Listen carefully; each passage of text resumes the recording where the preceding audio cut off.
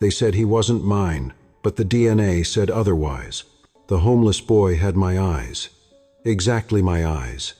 And my 5-year-old daughter knew it before I did.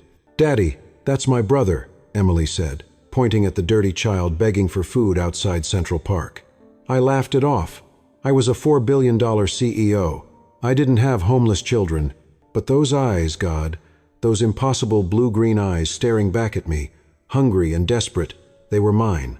6 years ago, I fired Mary Carter and ignored her 17 phone calls. I thought she was just another terminated employee causing trouble. I was wrong, dead wrong. She was trying to tell me she was pregnant. With my son. The son who's been living on the streets while I've been living in a penthouse, counting money that means nothing.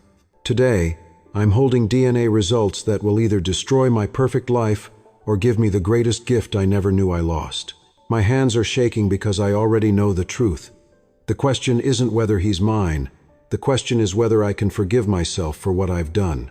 My name is James Morrison, and 6 months ago, I was the CEO of Morrison Holdings, worth $4.7 billion. I had everything money could buy, except for peace of mind. That changed on a crisp October afternoon in Central Park, when my 5-year-old daughter Emily said 4 words that would shatter my perfectly constructed life. It was a Saturday, one of those rare days when I actually took time off to be with Emily. We were walking through the park, her small hand in mine, when she suddenly stopped and pointed at a homeless boy sitting on a bench. The boy couldn't have been more than 7 years old, thin and dirty, with clothes that hung off his small frame. But it was his eyes that caught my attention, piercing blue eyes that seemed oddly familiar. Emily tugged on my jacket and said with absolute certainty, "Daddy, that's my brother." I laughed nervously and told her not to say things like that she didn't have a brother. But Emily, with that stubborn streak she inherited from me, shook her head firmly. "Yes, I do. Look at his eyes, Daddy. They're the same as yours. They're the same as mine." I looked more carefully at the boy, and my breath caught in my throat. Those eyes, I'd seen them before, in the mirror, in my daughter, in myself. The boy had the same distinctive blue-green eyes that ran in the Morrison family, the same eyes that had been passed down for generations. When he looked up at us, it was like looking at a younger version of myself, weathered by hardship I couldn't imagine. Emily walked right up to the boy before I could stop her. "Hi," she said with typical 5-year-old confidence. "I'm Emily. What's your name?" The boy looked scared, like he might run. But Emily's gentle smile seemed to put him at ease. "Noah," he whispered, his voice barely audible. "My name is Noah." Noah. The name hit me like a physical blow, because 6 years ago, there had been a woman named Mary Carter who worked as a project manager at my company. Mary had been brilliant, dedicated, and beautiful in a quiet way that had caught my attention. We'd had an affair, brief but intense, that ended abruptly when I fired her entire department during a company restructuring. She'd tried to reach me afterward, calling my office repeatedly, but I'd been too focused on my business deals to take her calls. Looking at this homeless boy with my eyes, with my daughter's certainty that he was family, the timeline began to make terrible sense. If Mary had been pregnant when I fired her, if she'd been trying to tell me about the baby, then this boy sitting on a park bench could be my son. The son I never knew existed. I knelt down to Noah's level, trying to keep my voice gentle despite the chaos in my mind. "Noah, where's your mom?" He shrugged, a gesture too weary for such a young child. "She went to look for work. She told me to stay here and wait." My heart broke a little more with each word. "How long have you been waiting?" 3 days, he said simply, as if waiting alone on a park bench for 3 days was perfectly normal. Emily immediately sat down next to Noah, sharing her snacks from our park trip. "Don't worry," she told him with the confidence only children possess. "My daddy will help you. He helps everyone." I wished I deserved her faith in me, but the truth was, I had spent years helping everyone except the people who might have needed me most. That night, after I'd arranged for Noah to be taken to a safe shelter and ensured he had food and clean clothes, I sat in my penthouse office staring at the company files. I found Mary Carter's employment record and felt sick as I read the dates. She'd been fired exactly 6 years ago, just 2 months after our affair ended. The timing was perfect for Noah to be my son. I found her personnel file and saw that she'd made 17 calls to my office in the 2 weeks after her termination. 17 calls that my assistant had screened, 17 desperate attempts to reach me that I'd ignored because I was too important, too busy building my empire to return calls from a terminated employee. The notes in her file indicated she'd claimed to have urgent personal information to share with me, but my assistant had marked it as likely harassment from a disgruntled former employee. The guilt hit me like a tidal wave. If Noah was my son, then I'd abandoned him before he was even born. I'd condemned him to a life of poverty and homelessness while I lived in luxury, never knowing he existed. The successful businessman who prided himself on solving problems had created the biggest problem of all by refusing to listen. The next morning, I hired the best private investigator in the city to find Mary Carter. It took him less than 24 hours to locate her in a basement apartment in Brooklyn, working 3 part-time jobs and still struggling to make ends meet. When I saw the address, I realized she was living just 30 miles from my Manhattan penthouse, but it might as well have been a different world. I spent 2 days working up the courage to visit her. I had my driver take me to Brooklyn, and as we drove through increasingly run-down neighborhoods, I thought about how different my life might have been if I'd just returned one phone call 6 years ago. When we finally stopped in front of a building that looked ready for demolition, I almost told the driver to turn around. What right did I have to show up now and disrupt whatever life Mary had built? But Emily's words kept echoing in my mind. That's my brother. My daughter had seen the truth that adults were too blind or too stubborn to acknowledge. If Noah was my son, then he deserved better than living on park benches and waiting for a mother who might never come back from job hunting. The building had no elevator, so I climbed 4 flights of stairs that smelled like mold and despair.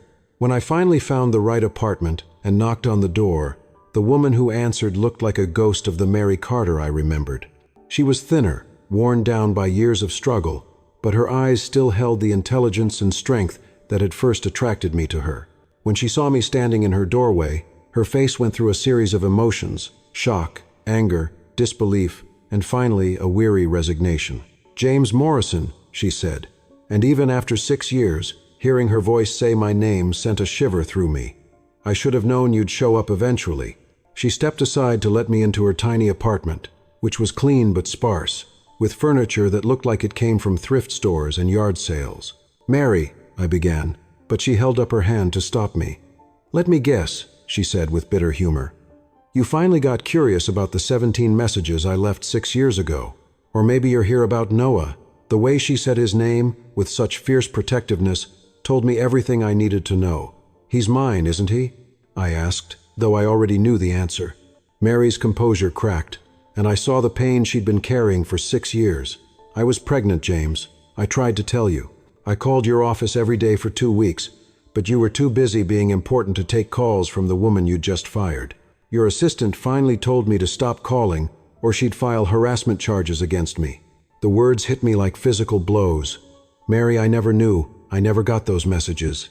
She laughed, but there was no humor in it. "Of course you didn't. Because people like me don't matter to people like you. We're disposable, replaceable.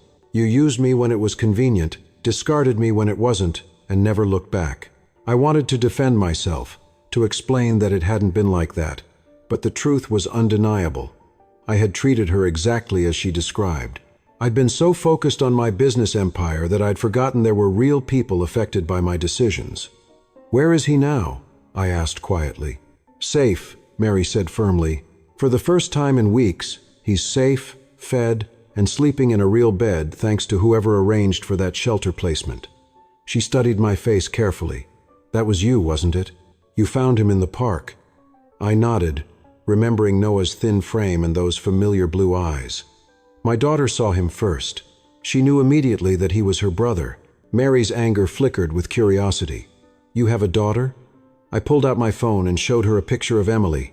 "Her name is Emily. She's 5 years old, and she has your son's eyes." Mary stared at the photo for a long moment, and I saw her expression soften slightly.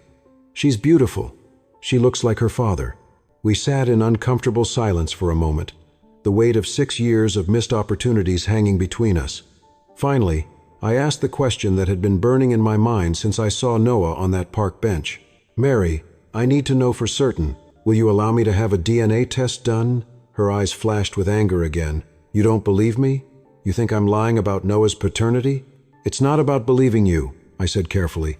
"It's about having legal proof. If Noah is my son, I want to take responsibility for him.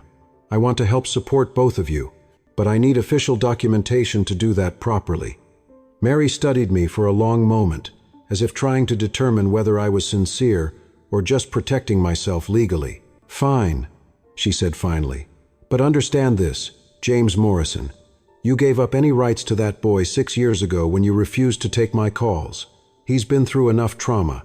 I won't let you waltz into his life, play daddy for a few months, and then disappear again when you get bored or when it becomes inconvenient for your lifestyle."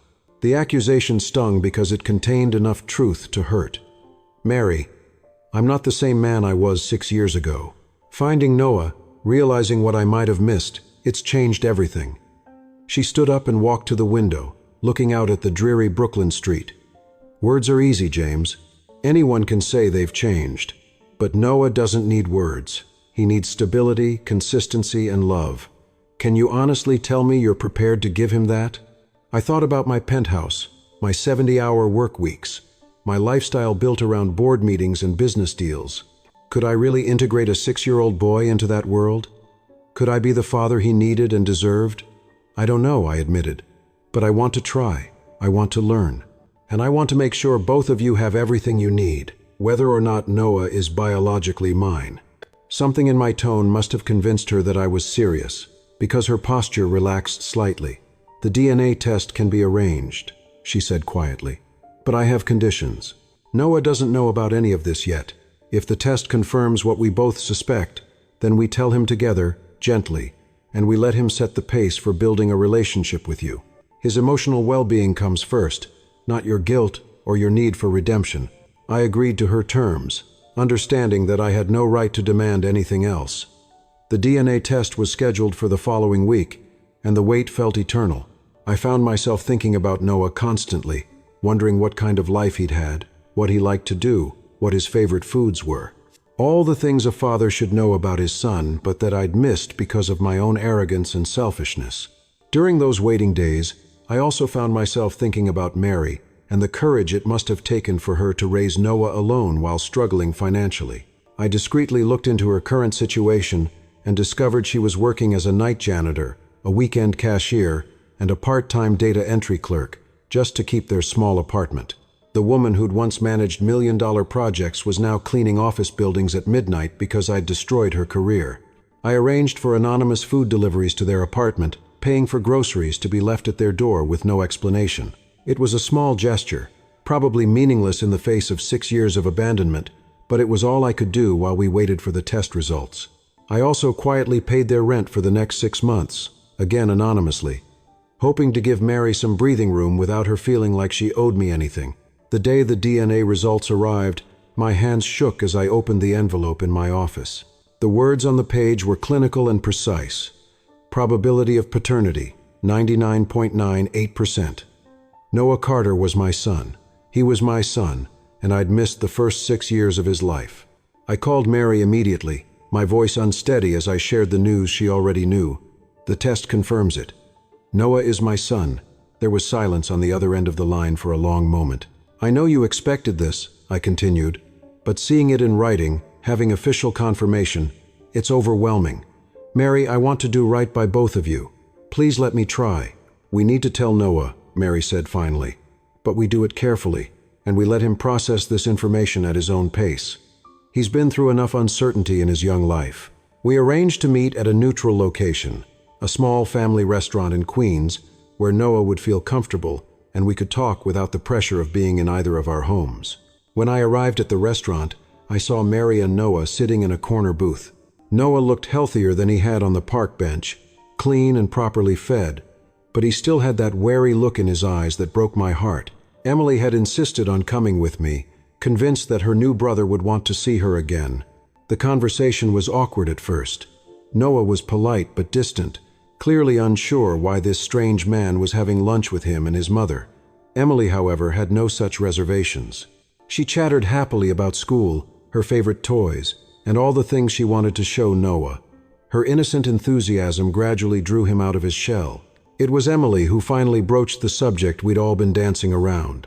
"Noah," she said with typical 5-year-old directness, "my daddy is your daddy too. That's why we have the same eyes. That's why you're my brother." Noah looked confused, glancing between Mary and me for explanation. Mary took his small hand in hers. "Noah, remember how I've always told you that your daddy wasn't able to be with us, but that didn't mean he didn't love you?" Noah nodded solemnly. "Well, it turns out that your daddy never knew about you. He never knew you existed, because I wasn't able to tell him before you were born." Noah processed this information with the seriousness of a child who'd been forced to mature too quickly.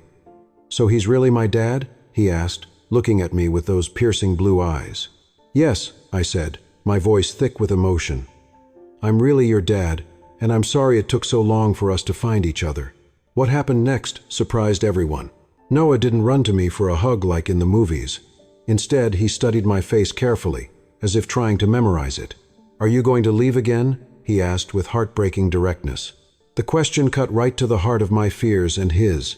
"No," I said firmly. "I'm never going to leave you again.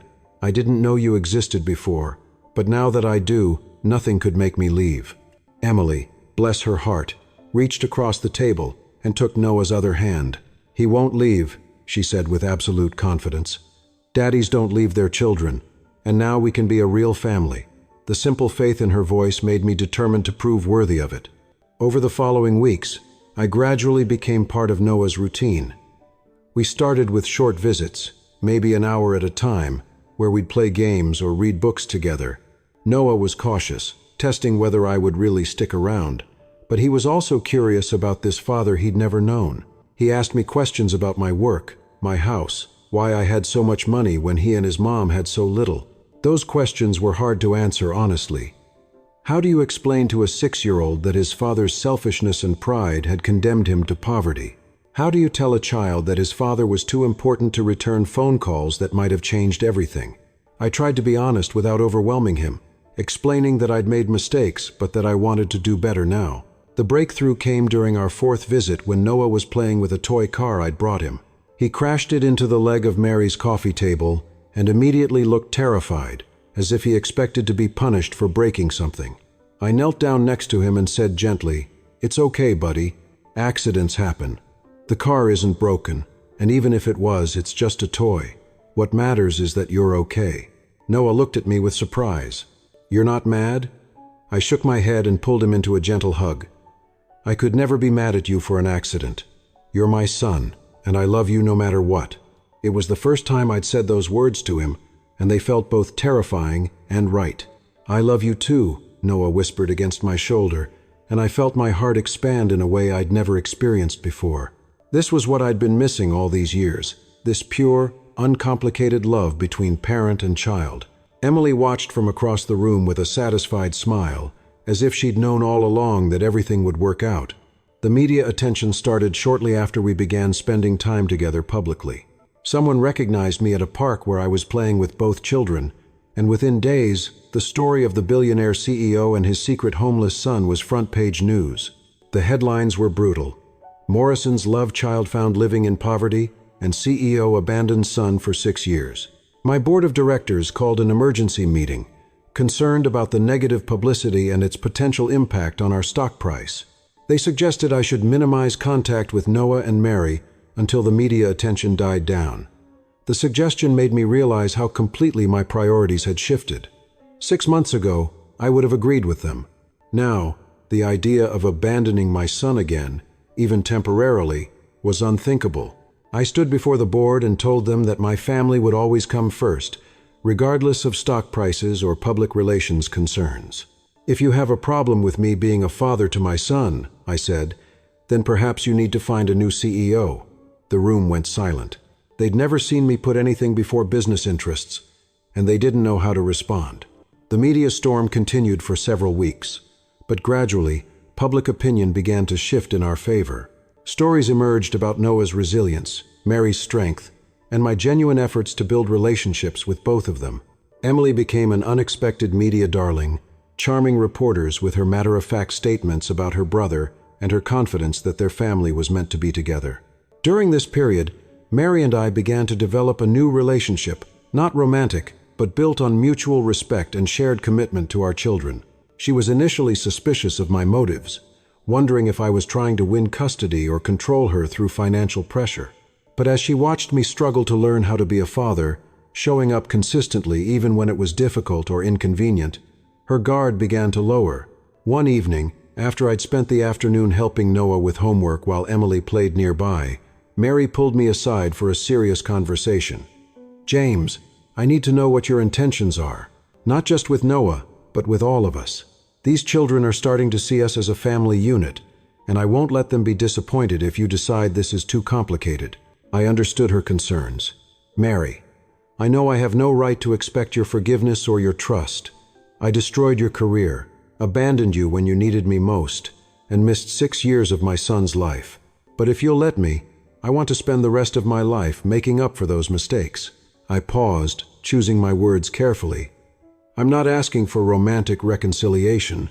I'm asking for partnership in raising our children and building something stable for them." Mary was quiet for a long moment, watching Noah and Emily play together with the easy camaraderie of siblings who'd always known each other. "The children do seem happier," she admitted.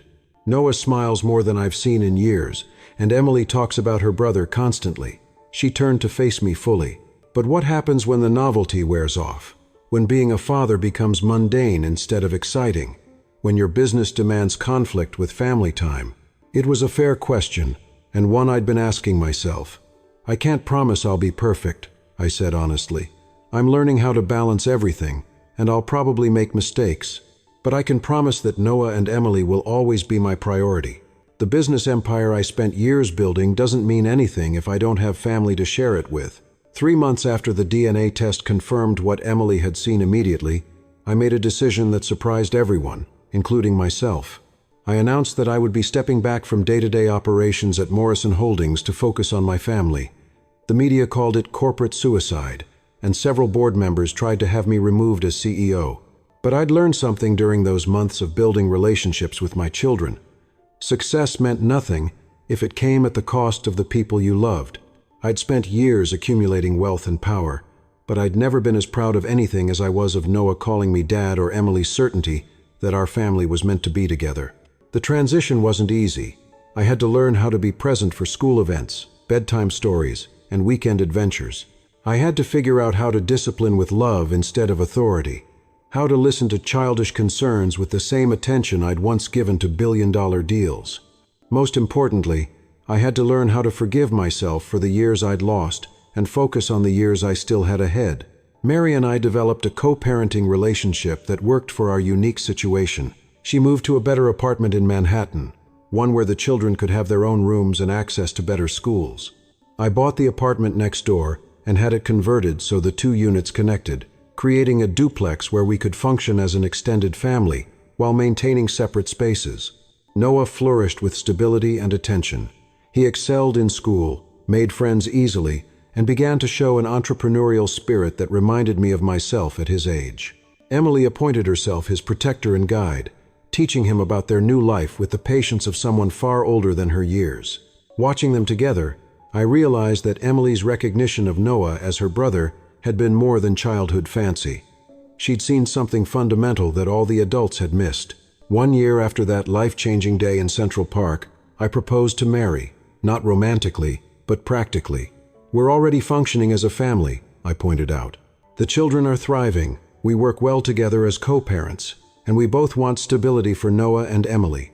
Marriage would provide legal protections and social recognition of what we've already built." Mary considered the proposal seriously. "It would be a marriage of partnership, not passion," she said.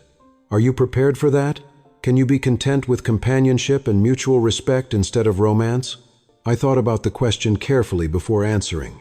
"Mary, I've learned that the greatest love isn't always romantic love. What I feel for you is respect, gratitude, and genuine caring. What I feel for our children is unconditional love. If that's the foundation of our marriage, I think we can build something strong and lasting." We married in a small ceremony with just our children present.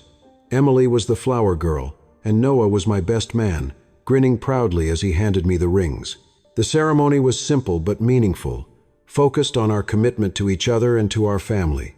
During the reception, Noah took the microphone and said with 6-year-old solemnity, "Thank you for making our family complete. 6 months later, Mary surprised me with news that would complete our family in an unexpected way. She was pregnant again, this time planned and welcome. The pregnancy announcement came during a family dinner, and both Noah and Emily immediately began planning for their new sibling. Finally, Emily said with satisfaction, "A baby we can raise together from the beginning." As I write this story, our daughter Sarah is 3 months old, and our family has settled into a rhythm that feels both extraordinary and perfectly normal. Noah calls me Dad without hesitation. Emily has embraced her role as big sister to 2 siblings, and Mary and I have built a marriage based on friendship, respect, and shared values rather than passion. The business world still doesn't quite know what to make of James Morrison, the CEO who prioritizes family dinners over board meetings and school plays over profit margins. But our company has actually become more successful since I learned to delegate and trust others with day-to-day operations. Turns out that when you're not micromanaging every detail because you're afraid to trust anyone, people rise to meet higher expectations. People often ask me if I regret the 6 years I lost with Noah, if I'm angry about the opportunities I missed. The truth is, I can't change the past, and dwelling on regret doesn't help anyone. What I can do is make sure that every day going forward, my children know they're loved, valued, and prioritized. Emily was right that day in Central Park when she looked at a homeless boy and immediately recognized him as her brother. She saw beyond circumstances to something fundamental and true. In a world where adults often complicate things with pride, fear, and self-interest, sometimes it takes a child's clarity to show us what really matters. They said he wasn't mine, but the DNA said otherwise. More importantly, my heart said otherwise. Love doesn't require biology, though in our case, biology confirmed what love had already claimed. Noah is my son, not just because we share genetic material, but because we choose each other every day. Emily is my daughter, not just because I raised her from birth, but because she opened my eyes to possibilities I'd never considered. Family isn't just about blood connections or legal documents. It's about showing up, paying attention, and choosing to love even when it's inconvenient or challenging. It's about a 5-year-old girl who saw a homeless boy and immediately claimed him as her brother. It's about a woman who forgave betrayal for the sake of her children's happiness. It's about a man who learned that the greatest success isn't measured in dollars but in the trust of those you love. Today, as I watch Noah help Emily with her homework while baby Sarah sleeps in Mary's arms, I'm grateful for that October afternoon when everything changed. I'm grateful for Emily's innocent certainty, for Mary's eventual forgiveness, and for Noah's willingness to trust me despite having every reason not to. Most of all, I'm grateful for the chance to learn that being a father is the most important job I'll ever have, and the only success that truly matters is the one you build at home. They said he wasn't mine, but they were wrong. He was always mine. I just had to find him first.